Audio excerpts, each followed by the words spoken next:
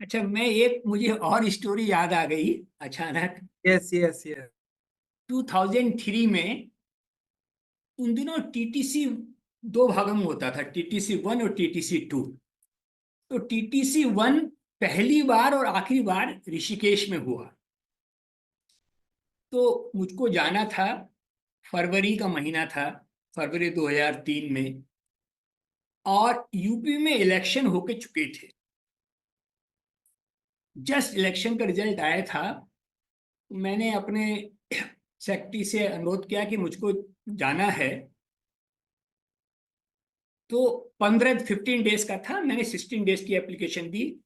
बोले अरे 15 डेज के लिए जा रहे हो, और यहाँ तो कल परसों में किसी भी दिन चीफ मिनिस्टर की वो ओथ हो जाएगी, तुम इतने दिन की छुट्टी लेके कैसे जाओगे, ये है वो है। मैंने ऐसा लिया, अगर मैं नहीं गया तो फिर मुझे बंगलौर जाना पड़ेगा, बहुत पैसा खर्च होगा, ये है वो है, जैसे करते हैं नाटक। तो बोले नहीं नहीं, बंगलौर में तुम्हें किसी ऑफिशियल काम से भेज दूंगा, लेकिन अभी मत जाओ। लेकिन विशाखा जी ने कहा नहीं, ऋषिकेश में हो रहा है, इससे अच्छा क्या हो सकता है। बहुत मैंने रिक्वेस्ट की तो उन्होंने कहा, नीरज गुप्ता साहब थे सीनियर ऑफिसर, उन्होंने कहा अच्छा ठीक है, एप्लीकेशन लिख के दे दो, अगर चले गए। और मैंने बुलाया तो अगले दिन चले आना वापस, चाहे वो डे 2 हो या डे 3 हो। उन्होंने मेरी एप्लीकेशन पे कुछ नहीं लिखा, अपने प्राइवेट सेक्रेटरी को वो एप्लीकेशन ले जाकर के दे दी कि इसे रख लो। और हम लोग ऋषिकेश आ गए। आप मानेंगे, 14 दिन हमारा पूरा 15 दिन टीटीसी चला। और वह भाजपा और बसपा के चक्कर में कौन चीफ मिनिस्टर बनेगा, गवर्नमेंट फॉर्म ही नहीं हुई। और लास्ट डे हम लोग जब जा रहे थे तो गोधरा कांड हो गया था बहुत बड़ा। तो वो काफी डिस्टरबेंस था, सब कुछ था। तो 16 जिस दिन जा रहे थे उस दिन पता चला कि ये तय हो गया है कि आधे समय बसपा के रहेंगे चीफ मिनिस्टर, आधे समय भाजपा के रहेंगे। और मायावती ओथ लेने जा रही हैं। आपको आश्चर्य होगा कि पूरे 15 दिन तक कोई गवर्नमेंट फॉर्म नहीं हुई।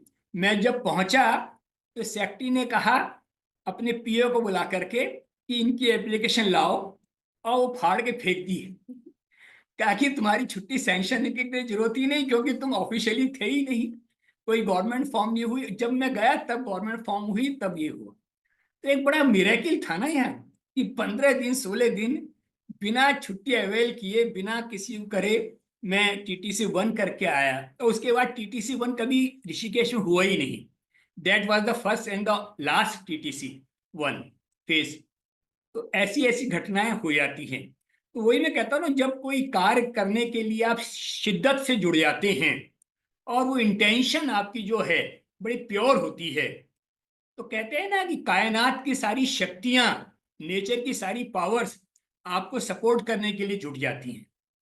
तो ये, चाहे वो गुरु के फॉर्म में हो, चाहे आपके बॉस के फॉर्म में हो, किसी भी फॉर्म में हो, वो सब के सब आपको सपोर्ट करने के लिए जुट जाती है, बशर्ते कि आपकी नीयत, आपकी इंटेंशन शुद्ध होनी चाहिए।